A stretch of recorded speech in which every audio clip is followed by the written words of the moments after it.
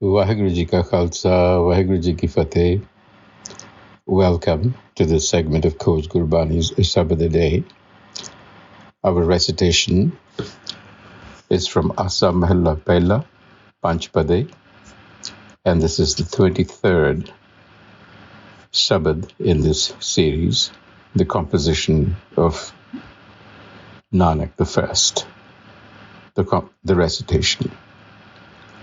Moh Kutanb Moh Sabh, Moh tum tajho sagal bekar, Moh ar param tajo tum hai bir, Sach naam hriday rave sarir rahao, Sach naam janav nid pai, Rove poot na kalpe mai, Et moh duba sansar, Gurmukh koi utare par, Et moh fir joni pahe, Bohe laga jampur jahe, Gur dikhya le jap tap kamahe, Na moh tute na thaye paye, Nadar kare ta eho moh jaye, Nanak har syo rahe samaye.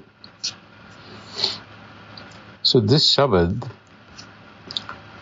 the message centers around the term Moh, which in Gurbani has multiple connotations, but they're all related.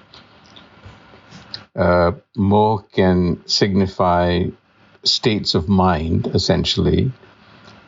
It can signify as being in a stupor. It signifies ignorance. It signifies attraction, attachment, and also illusion.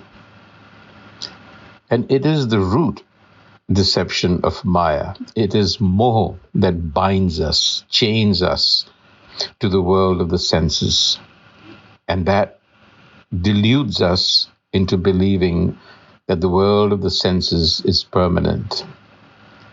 And Moh, Bani tells us, is much like quicksand, difficult to negotiate. Pankaj Moh, pag nahi challe, hum dekhe te doobyale. It is like quicksand, and it grips you strongly. Atiti khana moh ki faas. And this bondage cannot be overcome through rites and penances, as we will see in this Sabad. So the Guru begins by saying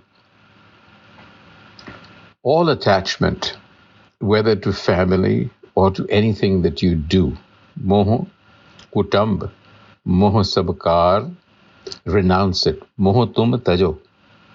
Why? Sagal vekar. Vekar means an aberration and also means that which is perishable. So Guru warns us against this tendency that we have to create strong affectional bonds with others or with things. It leads to an aberration of the mind, the illusion that we talked about, that these are permanent. But they are perishable, and therefore, when they perish, we experience strong emotional reactions. That's what we are being cautioned against. Moh ar param tajho tum bir, sach naam hriday rav sarir. My brethren, the Guru says, rid yourself of attachments and delusional doubts, because attachments give rise to delusional doubts. Moh ar param tajho tum bir. How do you do that? By understanding that what is permanent and imperishable is Sachinam, the true name, the innate wisdom of the self, which is within us. That alone is worth hanging on to. Sachinam hriday rave sarir. That is where we have to turn to. And if you do, when you realize the innate wisdom, Sachinam jan navanid paye, when navanid is treasure trove, then one does not mourn the passing of mother or son. In other words, Rave Putana Kalpe Mai, you understand that this is the process of birthing and dying that is natural. But as it happens, the world is actually drowning, is sunk, is lost in the delusion of attachments. Et moh duba sansar. Rare is the individual who has overcome the force of these attachments. Gurmukh koi utare par.